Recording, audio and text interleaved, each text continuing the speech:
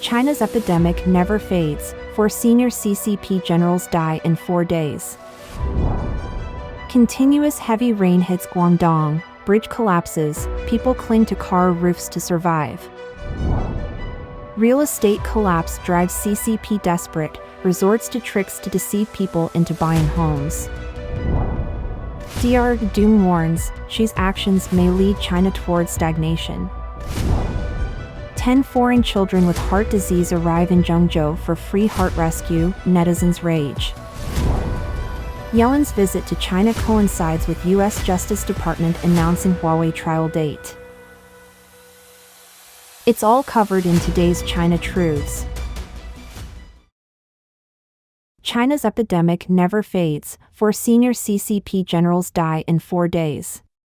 The epidemic in China has never subsided. Recently, it has intensified, resulting in many deaths.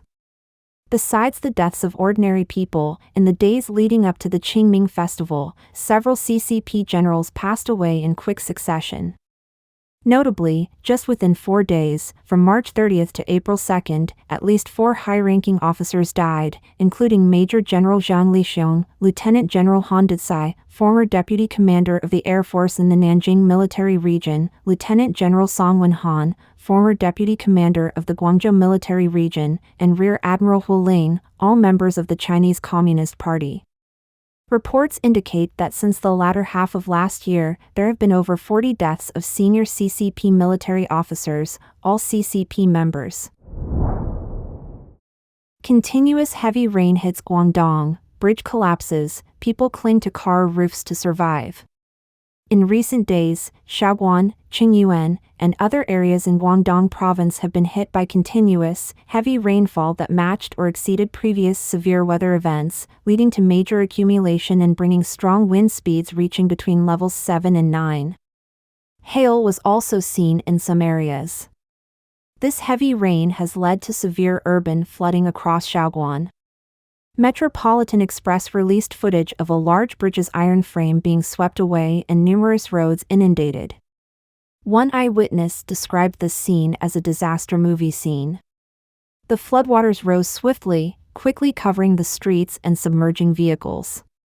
Some people managed to escape their cars, some were seen stranded on their car roofs, while others waited for rescue on their rooftops. In response, the provincial authorities initiated a Level 3 flood emergency protocol on the afternoon of April 4th. By early April 5th, over 800 people had been evacuated, and 7 roads were reported as blocked. The heavy rainfall delayed numerous trains on the Beijing-Guangzhou rail lines, disrupting travel plans.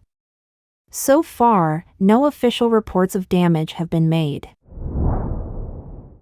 Real estate collapse drives CCP desperate, resorts to tricks to deceive people into buying homes. China's housing market has tanked, and the CCP has resorted to every trick to deceive buyers. They used to claim that a man needed to own a home to get married, but that line doesn't sell anymore. So now, they're targeting women with the pitch that buying a house alone is a mark of independence, arguing that without property, a woman's marital status is unstable. This manipulation is a rehash of the old scheme used to pressure men into buying homes, linking property ownership directly with marriage stability through fear-mongering. The truth is, there's no connection between owning a home and independence, or marital status, a fact widely acknowledged globally where many couples rent. However, the Chinese Communist Party on the mainland does not adhere to logic or reason. However, using all your savings for a down payment while shouldering massive debt is incredibly risky. What happens if you lose your job? The current market is sluggish, properties aren't selling, leading places like Hangzhou and Nanjing to lift buying restrictions entirely, a clear sign of a buyer's market.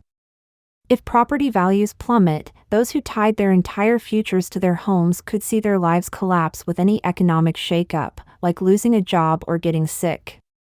Hence, taking the CCP's narrative at face value is fraught with risk. There's a saying that following the Communist Party is akin to willingly entering a crematorium. But rather than a swift end, it's a prolonged suffering, where they exploit you completely before allowing death to take its course. Here's how property developers have launched sophisticated scams to trick people into buying homes under the guidance of powerful CCP figures. You meet someone online, supposedly for a serious relationship. They propose buying a home under your name to show their commitment, fronting a 300,000 yuan, about $41,500 down payment. Thrilled, you agree. Together, you pick out a home worth 1 million yuan. They handle the down payment while you cover the remaining 700,000 yuan, about $98,000, through a loan, which you secure with the help of overly helpful sales staff and an agent. When the loan comes through, your new partner disappears. Stuck with repayments you can't afford, you try to sell, only to learn the property was actually worth half what you paid and that the down payment was not a gift but a loan you're now responsible for. It turns out the person you met and the loan agent were working together, likely with the bank manager's knowledge, to leave you financially ruined. This type of scam targets everyone, regardless of gender, exploiting vulnerabilities without discrimination. Banks turn a blind eye because inflated loans make their books look good, but this leaves anyone who buys a home burdened with debt and regret. Now, with no buyers, developers rely on government-style schemes to move properties. This dire chain of exploitation is worsening as foreign investments pull out and jobs disappear, making scams more common and dangerous. Just stepping outside exposes you to fraud, every decision a potential pitfall. In this harsh reality, deceit seems like the only way to survive a bit longer. Under the CCP's shadow, a web of scams proliferates, turning society into a playground for con artists, where the deceitful prey on the less cunning, and a storied nation becomes a landscape of deception. As depicted in the theme song The Human World from the 1987 film A Chinese Ghost Story, this reflects a tragic reality where once proud landscapes are marred by endless betrayal and moral decay. Dr. Doom warns, Xi's actions may lead China toward stagnation. As the Chinese economy continues to decline and CCP leader Xi Jinping invests heavily in new qualitative productivity, with a particular emphasis on high-tech manufacturing sectors such as electric vehicles and solar panels, the famous economist Nouriel Roubini, nicknamed Dr. Doom, has warned that this move may put China on the road to stagnation. In detail, Business Insider cited Dr. Doom on April 5, reporting that China's export-driven growth model was viable when the economy was smaller and the global market could absorb its products. However, rising geopolitical tensions and growing protectionism are now reducing global demand for Chinese goods, potentially leading to a severe oversupply issue. He further noted that as the world's second-largest economy, any excess production dumped on the global market would likely face harsh tariffs and increased protectionism. Other experts have suggested that these conditions could spark a trade war by next year. Mr. Su Qinggang from Stanford University's Center for China's Economy and Institutions commented that high-tech industries alone are not enough to pull China out of its economic slump, as they make up a small fraction of China's GDP. This problem isn't unique to China. High-tech sectors alone cannot resolve economic issues in the US or even in Taiwan, which despite having a highly lucrative semiconductor industry, also faces similar economic challenges. The question then arises, why is the CCP so focused on high-tech development? Because for the CCP, the priority isn't economic recovery but rather addressing military needs and enhancing their capabilities for domestic surveillance. Xi regime faces crisis. Dr. Doom suggests that to sidestep these issues while still fostering growth, Beijing needs to pivot towards bolstering domestic demand and expanding the service sector's contribution to GDP. This is crucial as the traditionally low household consumption in China is widely recognized as a significant impediment to its economic expansion. He advocates for enhanced pension benefits, broader healthcare coverage, and unemployment insurance. He also recommends granting permanent urban residency to migrant workers who are presently ineligible for public services, increasing real wages after adjusting for inflation, and redistributing state-owned enterprise profits to households to boost consumption. A BBC Chinese report from April 4 highlights that economic deceleration, reduced government welfare, and the long-standing one-child policy are exacerbating a demographic crisis. With an aging population and depleting pension funds, China faces a daunting challenge in providing for its elderly. Over the next decade, approximately 300 million people aged between 50 and 60 will leave the workforce, an exodus that represents China's largest demographic segment, roughly the size of the entire U.S. population. This raises a critical issue: who will care for China's elderly? Despite these challenges, Dr. Doom notes that Xi continues to prioritize his existing growth model, supported by advisors who dismiss alternative strategies. In a recent meeting, Xi underscored the pivotal role of state-owned enterprises, overlooking the pressing needs to enhance household spending and elderly care. Mr. Su Chenggang comments that under the CCP state-dominated system, the absence of legal protections for private property leads to various economic problems, including widespread business failures and unemployment. This situation compels the populace to save aggressively due to inadequate social, medical, and pension safeguards, stifling consumer spending. This phenomenon is not isolated to China, it is a common issue across communist regimes. Historically, countries like the Soviet Union and those in Eastern and Central Europe also struggled with insufficient domestic demand, primarily because the Communist Party monopolized all resources, channeling them predominantly into military and industrial growth rather than distributing them equitably among the populace. According to Mr. Su, the CCP's focus on advanced technology stems not from an economic imperative but from a pressing need to address military challenges and enhance surveillance capabilities. 10 foreign children with heart disease arrived to China for free heart rescue, Netizens Rage. The Chinese government's throwing money policy has left its citizens feeling betrayed. Recently, 10 Kyrgyzstani children, ranging in age from just a few months to 14 years old and suffering from congenital heart disease, arrived in Zhengzhou, Hunan Province, to undergo free treatment at the Hunan Provincial Chest Hospital as part of China's Belt and Road Initiative. This was reported by the state media Xinhua News Agency as a significant cross-border humanitarian effort. Further reporting by Hunan Urban Report on Douyin noted that on March 21, the children traveled over 8,000 kilometers to Zhengzhou for life-saving treatment, receiving a warm welcome complete with fruits, snacks, and toys aimed at comforting them. The initiative sparked outrage among Chinese netizens.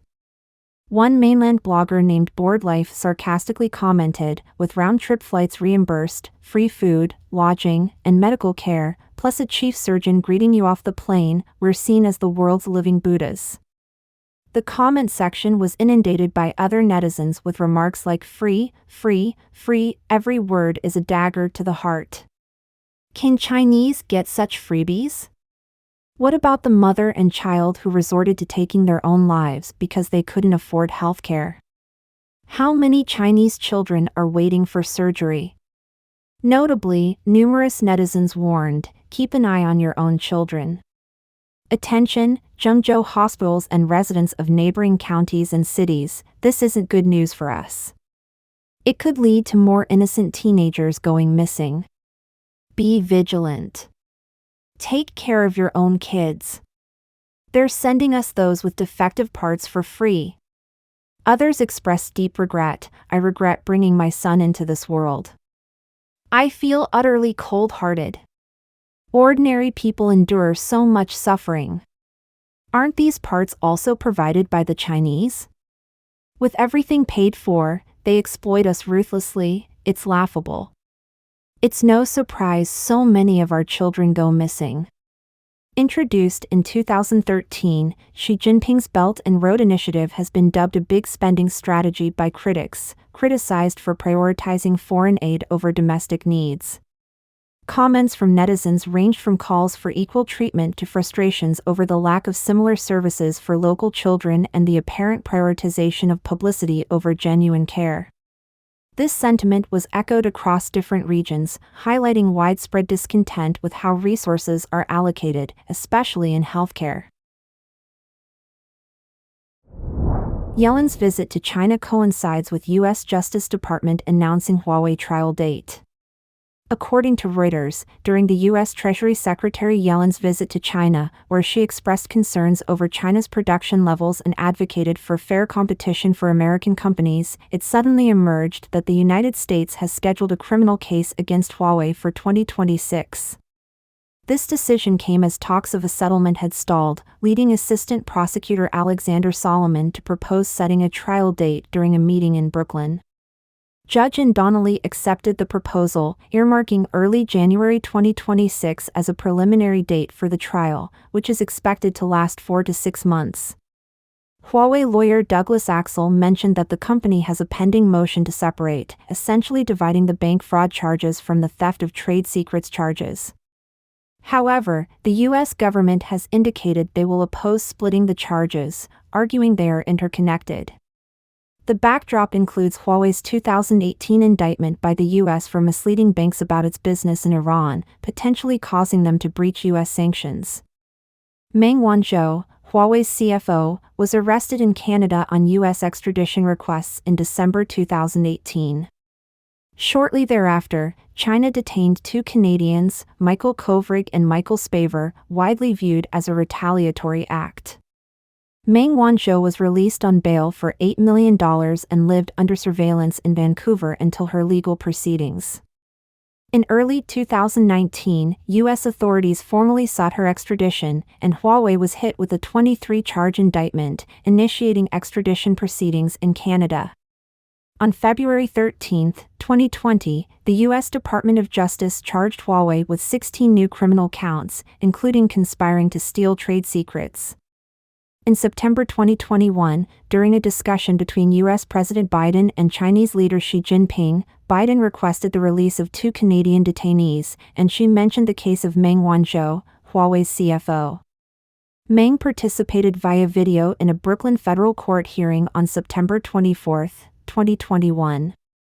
She pleaded not guilty to bank fraud but did not dispute the facts of the case as presented by the prosecution, implicitly admitting to misleading international financial institutions about Huawei's business with Iran.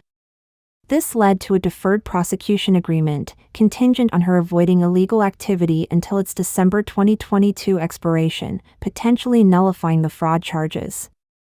After the agreement was ratified, Meng left Canada on a Chinese government-chartered flight and arrived in Shenzhen on September 25. Upon her return, CCP state media hailed it as a great victory for the Chinese people, seldom mentioning her admissions of misconduct. Following her release, China freed 2 Canadians, Michael Kovrig and Michael Spavor, who had been detained. Chinese human rights lawyer Liu Xiaoyuan questioned in a WeChat post, viewed more than 100,000 times, now that these 2 foreigners have been released despite irrefutable evidence of their crimes, shouldn't the government provide a legal explanation to the public? Disclosing the reasons for their release shouldn't breach any state secrets, right? His posts were quickly censored and removed by Chinese authorities. Let us know your thoughts on today's topic by leaving a comment below. If you found this video helpful, please share it with a friend. It inspires us to continue creating more quality and reliable content. Don't forget to like and subscribe for more interesting insights from China Truths. Thanks for tuning in.